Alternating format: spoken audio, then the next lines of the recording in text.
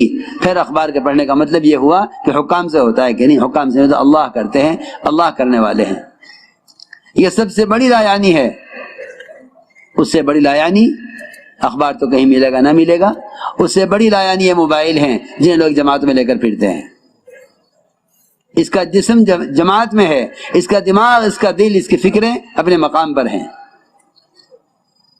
یہ کہنا کہ ہاں ٹھیک ہے وقت لگا لیں گے مگر تجارتی کام بھی ہو جائیں، میں عرض کر چکا ہوں کہ اللہ کا راستے میں نکل کر تجارت، یہی نہیں آپ کچھ خریدیں بیچیں۔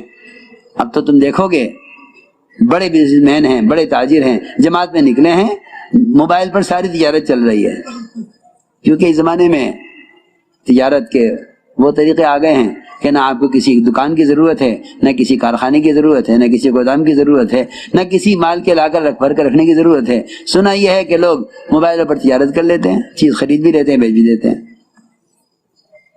ہاں کیوں؟ جماعت میں نکل کر یہ تجارت ہدایت کیسے ملے گی؟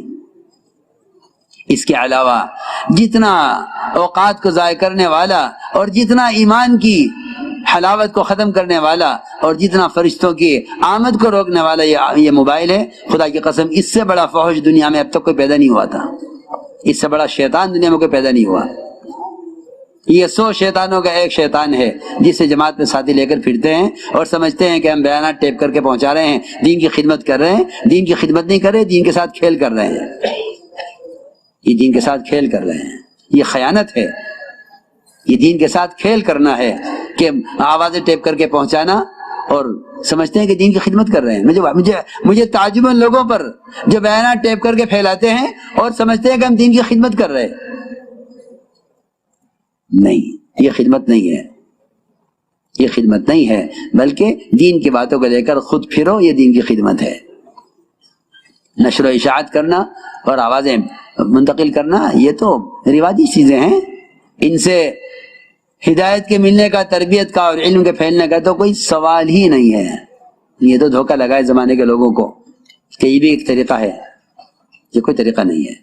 میں کل بھی عرض کیا تھا میں نے، نماز جیسا محدود وقت کا عمل، اسلام کا رکن فریضہ نماز، اس کے لیے جمع کرنے کے واسطے اگر ڈھول اور سارنگی اور آگ جلا کر لوگوں کو جمع کرنے کا ارادہ کیا تو آپ نے اس کو پسند نہیں فرمایا۔ بھائی یہودیوں کا طریقہ ہے، نصارہ کا طریقہ ہے، مجوس کا طریقہ ہے، ہمارا طریقہ یہ نہیں ہے کہ ہم اس پر آواز دے کر لوگوں کو نماز کے لیے جمع کریں۔